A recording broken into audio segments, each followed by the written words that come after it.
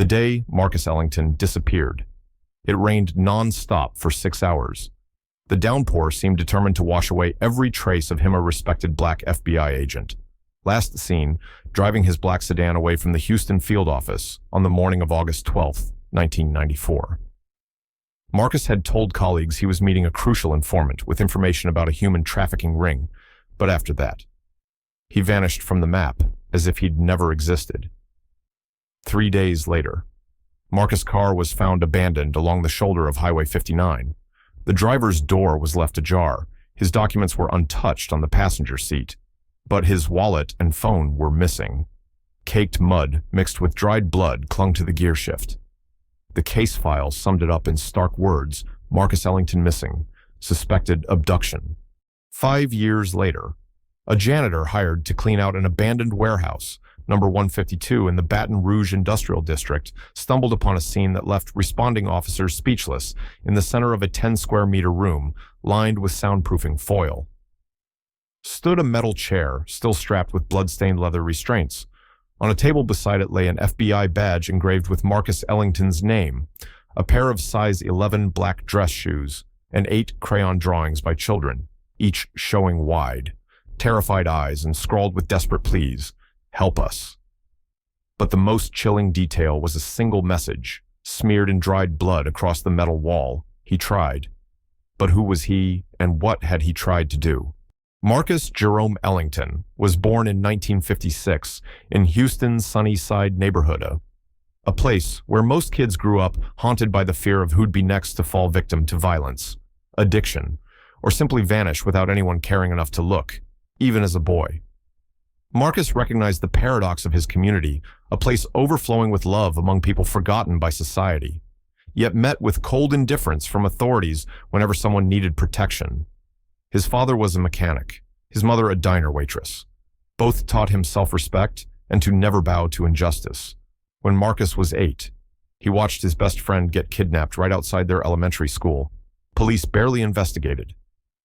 Concluding the child had probably run away, the missing child's file was quietly closed, and he was never found. That day carved a scar into Marcus's heart, planting a vow one day. He'd become the person kids in his neighborhood could count on, someone who wouldn't let them disappear into silence. Marcus threw himself into his studies, graduating high school with top grades, determined to shatter every stereotype aimed at a young black boy dreaming of wearing a badge to protect others. He earned a scholarship to the University of Texas, majoring in criminal justice, where he excelled not just academically, but also as a natural leader, always quick to defend classmates facing discrimination. After college, he joined the Houston Police Department, earning a reputation as a fearless officer who'd venture into neighborhoods others avoided. For Marcus, this wasn't blind bravery. It was the conviction that dark alleys and rundown houses held the real truth, while everywhere else offered only silence and willful ignorance. Marcus's exceptional casework and rare ability to build trust in marginalized communities, especially among black families wary of law enforcement, quickly drew the attention of the FBI. In 1987, he officially became an FBI agent, joining the Houston Human Trafficking Task Force, a unit that routinely faced gut-wrenching cases involving victims who were mostly black and Latino women and children, people who slipped through the cracks of society's concern. Marcus didn't just rely on his badge, he led with compassion, knowing exactly how it felt to be overlooked by a system designed for others.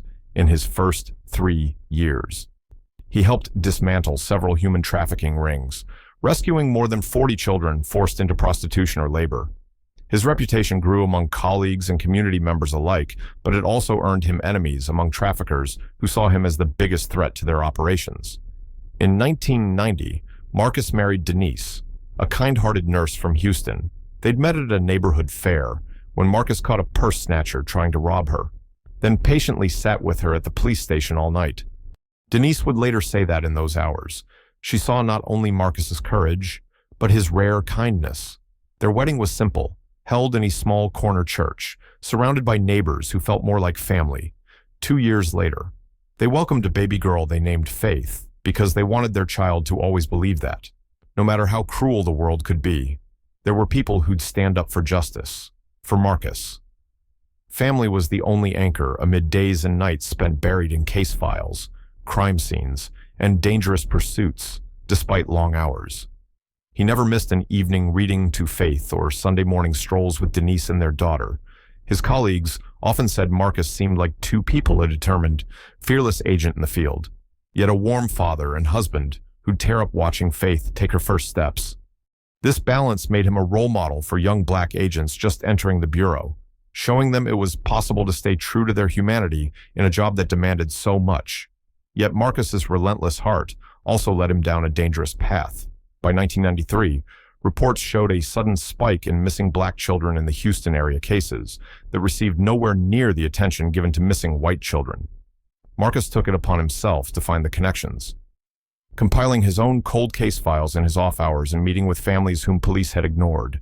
Listening to their anguish and desperation, the deeper he dug, the more unsettling coincidences he found. Many victims vanished near truck stops, day labor markets, and deserted warehouses. But when he submitted his findings to his superiors, they were repeatedly sent back with thinly veiled advice to focus on assigned duties, a coded message that cases involving missing black children weren't considered a priority. Undeterred, Marcus continued investigating quietly, arranging meetings with confidential sources, including a truck driver who claimed to have transported live cargo from Houston to New Orleans and promised information on an active interstate trafficking route. Marcus scheduled a meeting with this source for the morning of August the 12th, 1994. The night before, he called Denise, telling her he had to leave early on urgent business, but promised he'd be home for dinner the next evening. It was the last time she ever heard his voice. At 6:45 a.m., Marcus left their home, stopped by the Houston FBI office to pick up some files, then drove northeast toward the arranged meeting spot. But Marcus never arrived. His appointment vanished from his official schedule. The informant was never found, and Marcus' phone lost signal at 7:30 a.m. for months afterward. Denise knocked on every door she could, from police precincts to FBI offices, only to receive vague reassurances we're looking into it. Some of Marcus' younger colleagues quietly tried to link his disappearance to the spike in missing children during the same period, but they found no solid evidence. Meanwhile, whispers spread through Houston's black community had Marcus uncovered something too big, something someone was willing to kill to keep hidden. Local papers offered only sparse coverage, calling it a puzzling FBI disappearance, and soon the case faded into silence, leaving an aching void in the lives of Marcus' family and the community that had once seen him as a beacon of hope. 3 days after Marcus vanished, a highway patrol officer discovered his black sedan parked on the shoulder of Highway 59, over 90 miles east of Houston, near a dilapidated truck stop. Inside the car, there were no signs of a struggle. The driver's door was left slightly ajar. Marcus' official paperwork sat neatly on the passenger seat, but his wallet and phone were missing without a trace.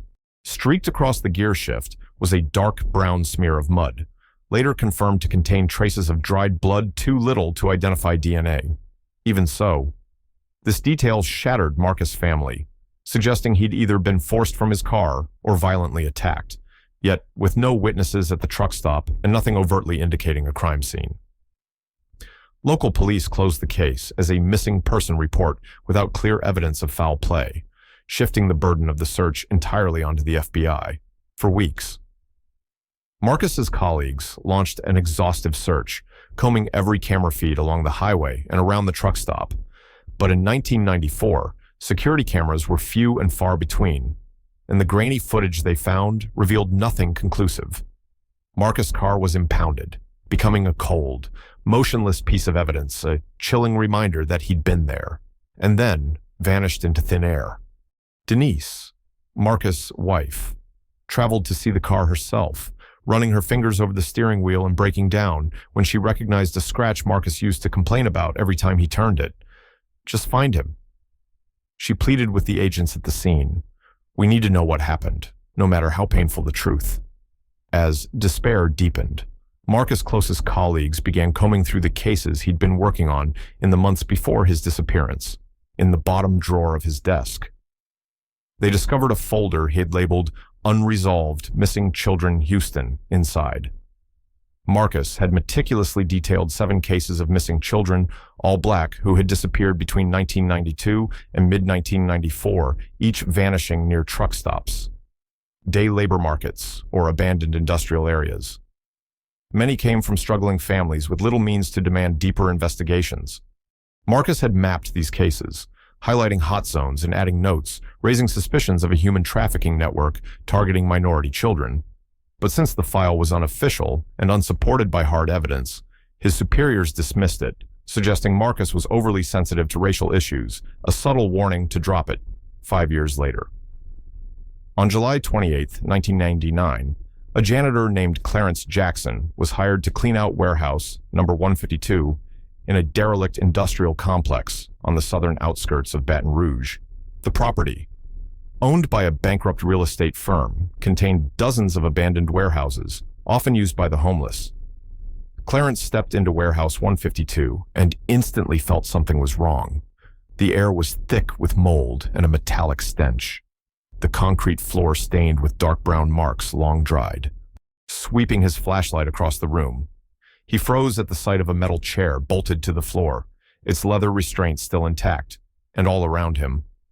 The walls were lined with crumpled foil reflecting the light in distorted, dizzying patterns. Like something from a nightmare, on a battered metal table rested a chipped FBI badge, its engraved name still visible, Marcus Ellington.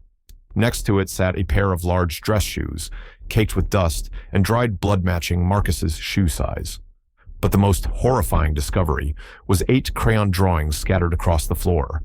Each childlike sketch showed wide, terrified eyes and silent, screaming mouths, with scrawled pleas reading, "Help us." Clarence staggered outside, retching in the trash-strewn alley, then called 911.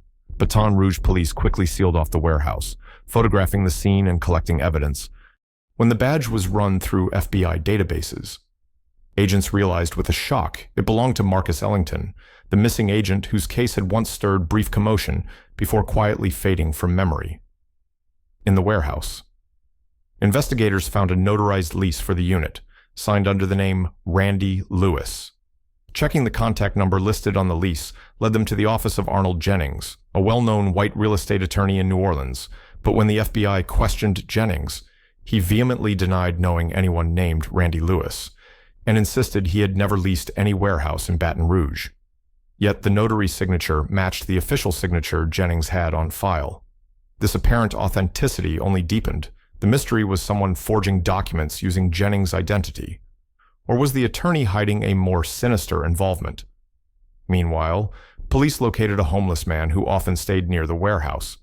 He told detectives he'd repeatedly seen large trucks arriving late at night between 1995 and 1997, unloading children blindfolded and bound, who were led inside by men in dark clothes on stormy nights. He recalled hearing muffled cries and angry shouting, but afraid of being arrested for trespassing, he never contacted police. When shown a photo of Marcus' badge, he immediately recognized it, insisting he'd seen a tall, black man who looked like a government agent dragged into the warehouse during a torrential downpour in 1994, the very night Marcus disappeared.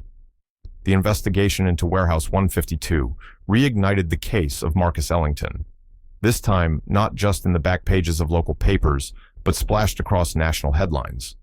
Major news outlets began questioning how an FBI agent could vanish for 5 years, with the most critical lead emerging only by chance through a janitor cleaning an abandoned warehouse.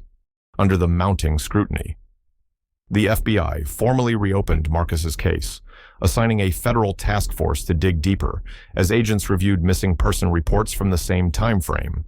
They found at least 3 cases of missing black children in the 2 weeks surrounding Marcus's disappearance, but disturbingly, the original reports had somehow gone missing from official records. When recovered, they showed each child had disappeared near truck stops or industrial zones, perfectly matching the hotspots Marcus had mapped. The families of these children described how, after filing reports, they never heard another word from the police and were left to search alone in hopeless silence. The eerie coincidences led investigators to suspect someone inside the system might have deliberately buried these missing child cases, specifically those involving poor, minority victims easy to overlook. A young FBI agent, Elizabeth Monroe, assigned to her first major case, took it upon herself to audit every missing child report for black children in Houston between 1992 and 1994. Her findings stunned the entire task force. At least 17 missing child cases hadn't been processed according to standard protocols, nearly all victims being black or Latino. Records showed Marcus had personally contacted the families of at least 9 of these children, strongly suggesting he had uncovered a trafficking network targeting minority kids, a discovery that could have made him a lethal threat to powerful players involved. Back at Warehouse 152, forensic analysts realized the foil-lined walls weren't just for soundproofing, they also disrupted radio and phone signals, effectively creating a dead zone beneath the foil. Investigators found bloodstains poorly wiped away and worn grooves where restraints had rubbed the metal chair, though the years had degraded DNA samples.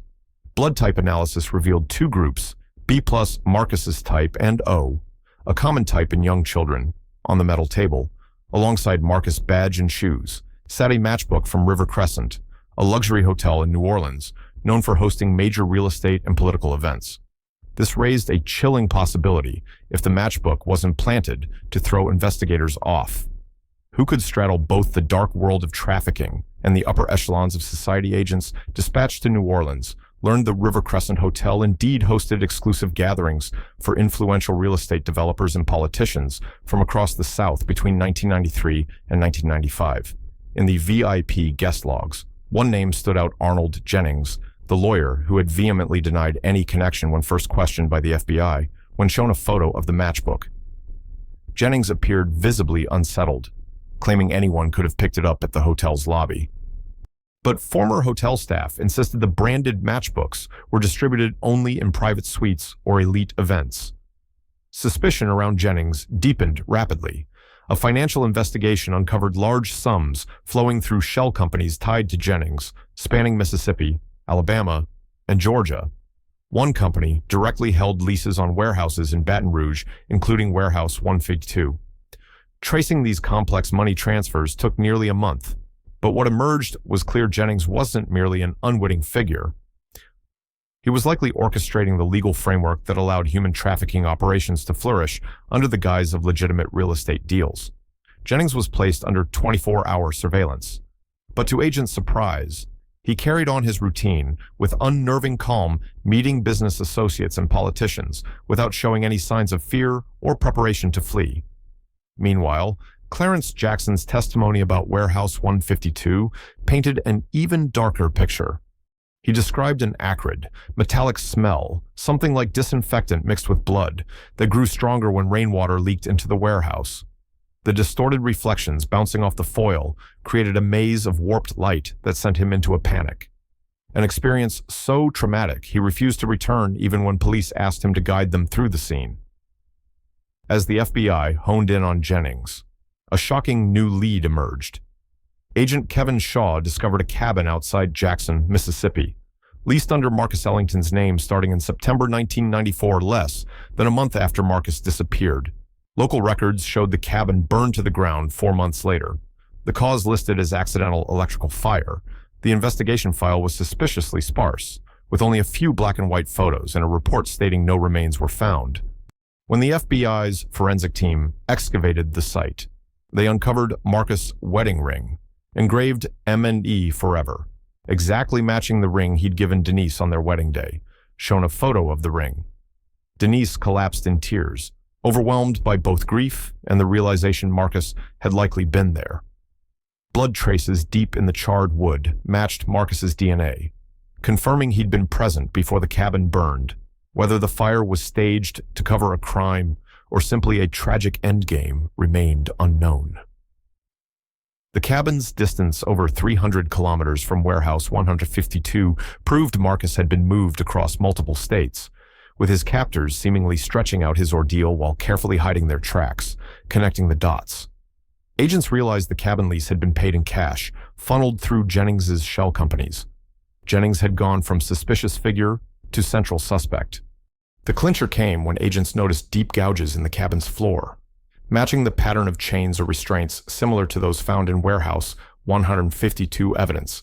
The cabin was used not just for hiding Marcus, but likely as a makeshift holding cell where he'd been tortured before being moved, expanding their probe.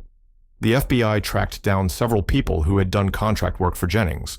One was Sarah Watson, a former accountant for his firm, who recounted how in 1994 she'd seen Jennings receive a thick envelope of cash from a middle-aged white man. Immediately afterward, he made hushed calls about moving the live cargo when she dared ask what live cargo meant. Jennings angrily silenced her and forced her to sign a confidentiality agreement under threat of firing or legal action. Sarah stayed silent for years, terrified, but after seeing reports about Marcus badge found in the warehouse, she finally stepped forward. Sarah's testimony was the final puzzle piece. Live cargo wasn't a euphemism for stolen goods, it meant human victims. It explained the vanished children and why Marcus, who'd uncovered the connections, had disappeared so completely. The case exploded in scope, pulling in multiple federal agencies. But just as the FBI prepared to arrest Jennings, he vanished, cutting off all contact, abandoning his properties and draining his bank accounts with precision that suggested he'd long planned his escape. A federal warrant was issued, but Jennings seemed to evaporate. Then came a horrifying tip. A homeless man near an abandoned truck lot straddling the Alabama-Mississippi border reported seeing a pickup arrive around midnight. A group of men in black unloaded a large crate, emitting faint, ragged moans, then set both the crate and the truck ablaze before speeding off into the stormy night. The charred crate discovery proved too significant for investigators to ignore. The FBI's team raced to the abandoned truck lot, straddling the Alabama-Mississippi border. At the scene, they found only scorched earth, twisted scraps of metal, and damp, ashen soil. Forensic teams collected samples from the ashes, uncovering microscopic traces of human tissue too degraded for identification, but undeniable evidence of a person being burned. Amid the disturbed dirt, they found a fragment of an FBI-issued jacket, the small FBI logo on the sleeve singed yet still visible. It matched the type Marcus wore during assignments. In the jacket's pocket was a melted zipper and a small, charred FBI lapel pin. The evidence suggested the victim burned in the crate was almost certainly Marcus, or at least someone wearing his clothes. This discovery gutted Marcus, family's fragile hope, and sent shockwaves through the investigative team. But the situation grew darker still, scouring the area. An officer spotted an old camera mounted on a broken light pole near the lot. Though the camera was dead, its memory card was intact.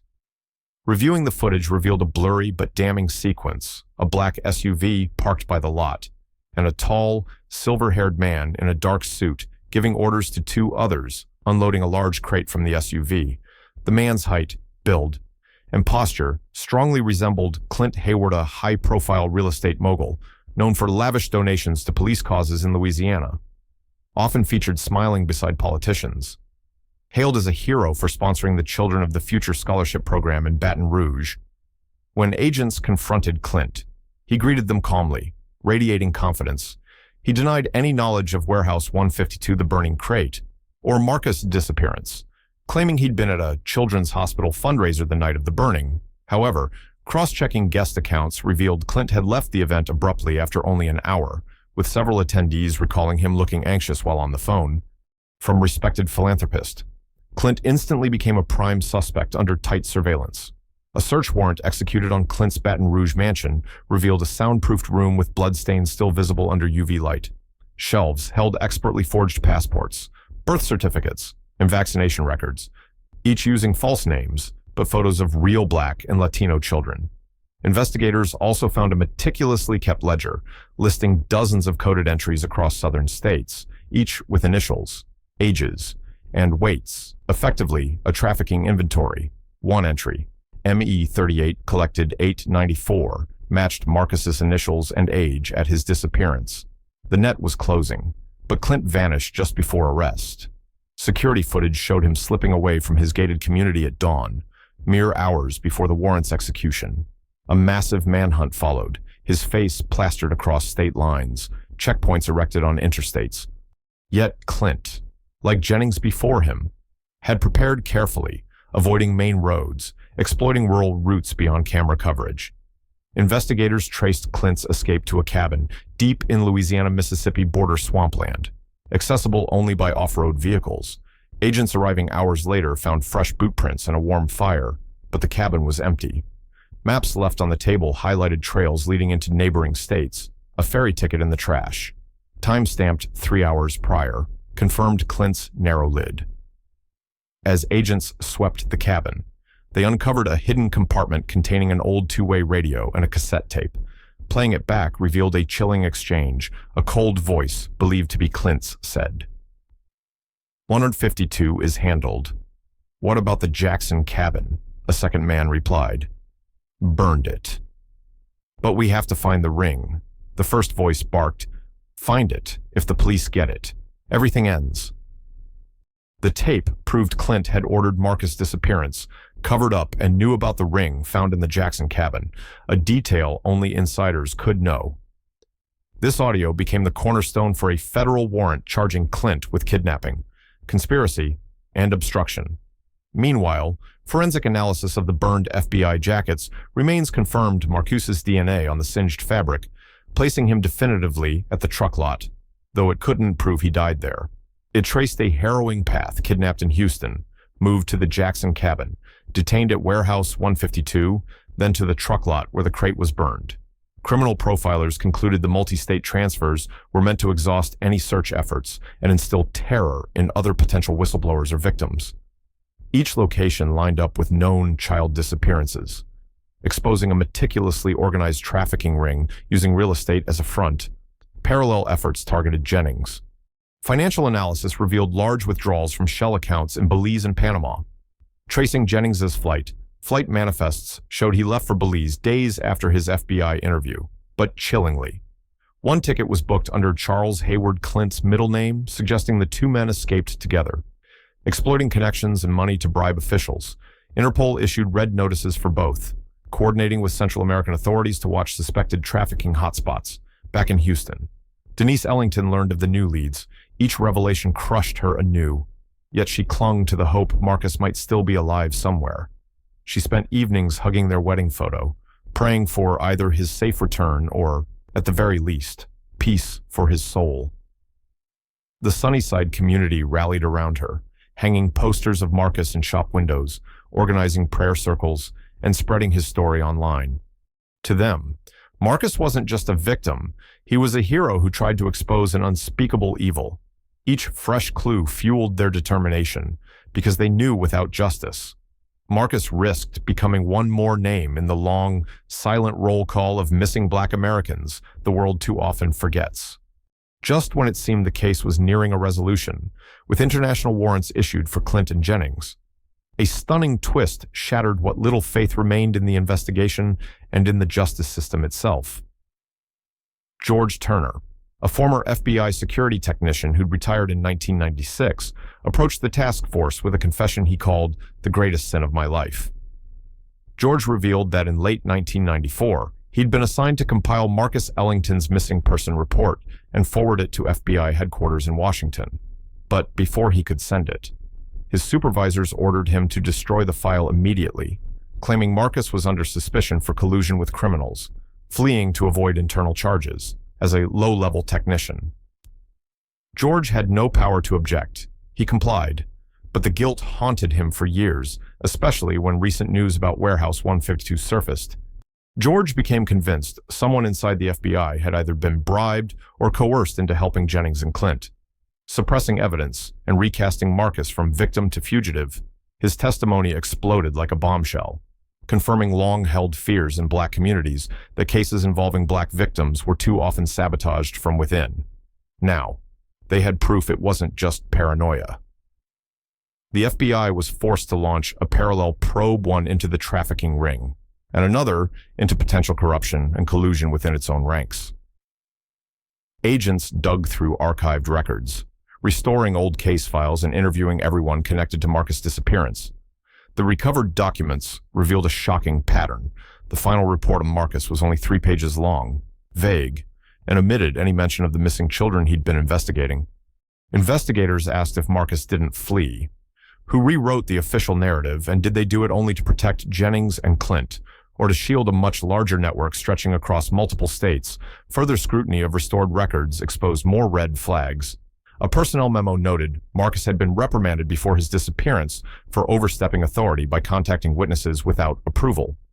But a deeper look showed these witnesses were grieving parents of missing children, exactly the people any caring agent would reach out to. The report even suggested Marcus was mentally unstable under job stress, a classic tactic to undermine credibility. Marcus' former colleagues were enraged, swearing he had always been steady, empathetic, the one who kept others grounded through even the toughest cases. These revelations convinced investigators there had been deliberate attempts to discredit Marcus, bury leads, and mislead anyone searching for the truth. Meanwhile, documents recovered from Clint's abandoned cabin revealed faxes from Jennings' company. One stood out starkly. Move subject ME through backup sites. Do not keep alive beyond 60 days. After completion, plant false accident evidence at Jackson cabin. Me clearly stood for Marcus Ellington. The fax bore a digital signature linked to an email registered under an alias tied to Jennings' office network proof. The abduction, confinement, and planned cleanup of Marcus had been orchestrated with chilling precision. It confirmed Marcus's disappearance wasn't some impulsive crime by locals, but part of a calculated interstate human trafficking operation, leveraging high-level resources. As the hunt for Clint and Jennings stalled overseas, an unexpected lead came from a long-haul trucker named Larry Duncan. He told police he'd been hired in late 1994 to drive a load from Houston to Jackson, then Baton Rouge. From the cargo hold, he'd heard faint groans, thinking it was an animal. He stopped to check, only to be threatened by two armed men in dark clothing. One hissed, "You didn't see or hear anything." Got it before shoving a thick envelope of cash into his hands and threatening his family if he spoke out. Terrified, Larry stayed silent for nearly 5 years, but recent media coverage of Warehouse 152 and Marcus' photo compelled him to come forward. He vividly remembered seeing a tall, silver-haired man matching Clint's description inspecting the truck near a remote cabin. Larry's account matched perfectly the FBI's reconstruction of Marcus's movements, Houston to Jackson cabin to Baton Rouge warehouse. His testimony provided the first direct witness confirmation of Marcus being transported alive, debunking theories of voluntary disappearance. Larry was placed in witness protection, his statements hailed as a breakthrough. But the most devastating evidence arrived anonymously in the mail, a battered photo showing Marcus bound to a metal chair in what looked like Warehouse 152. His eyes were vacant, face bruised and blood dried on his lips. Scrawled on the back in a child's shaky hand were the words, "He tried." But the system didn't. Handwriting analysis suggested it likely belonged to a child once held with Marcus, indicating he'd tried to protect them even as he suffered. The photo sent shockwaves through the FBI, laying bare not only Marcus's brutal fate, but the damning complicity or indifference of those entrusted to protect him. The Sunnyside community erupted, holding rallies, plastering the photo on shop windows, demanding justice. Child advocacy groups across the South joined in, wielding the image as a symbol of the pain inflicted when Black victims are ignored or betrayed. Public outrage mounted, forcing local politicians and law enforcement to pledge full cooperation with the FBI. National news channels carried daily updates. Marcus' story became a rallying cry for accountability, but within the FBI. The pressure cut both ways. Media attention brought momentum, but also immense strain. Investigators knew if they didn't crack the case soon, the fragile trust Black communities had in the justice system could shatter irreparably, and the hope Marcus' family still clung to would fade forever. 8 months had passed since the discovery of Warehouse 152, and the investigation into Marcus Ellington's fate teetered between grim determination and fading leads. Each reported sighting of Clint or Jennings led FBI teams on frantic chases, only to find empty cabins, abandoned vehicles, or hotel rooms rented under false identities. The fugitives' skillful evasion and the support network helping them made it clear they weren't running alone. Someone with influence was shielding them, providing resources to slip through borders from Belize to Panama, and rumors swirled they'd reach South America. Meanwhile, in cities across the South, rallies and vigils for Marcus continued in his Sunnyside neighborhood. He had become a symbol of courage, a federal agent who risked everything to expose the truth about children who disappeared in silence. His fight inspired people beyond Houston. Many saw his story as proof that when Black lives go missing, the world often looks the other way. The FBI broadened its search, enlisting Interpol and intelligence agencies abroad to track Clint and Jennings, but as media attention shifted to newer scandals, coverage of Marcus' case began to wane. Yet, for his family, time only deepened the ache.